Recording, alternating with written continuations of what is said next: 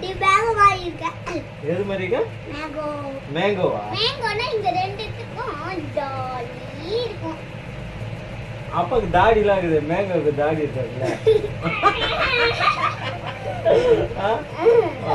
அப்பாக்கு தாடி இருக்குது, என்ன பண்ணலாம்? தாடி தோடு. தாடி என்ன பண்ணலாம்? கப்படிலா.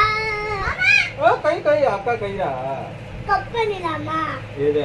இத கட் பண்ணிட்டு அழகா இங்க பெயிண்டிங் வச்சிட்டேன். பெயிண்டிங்கா? வச்சுக்கோ.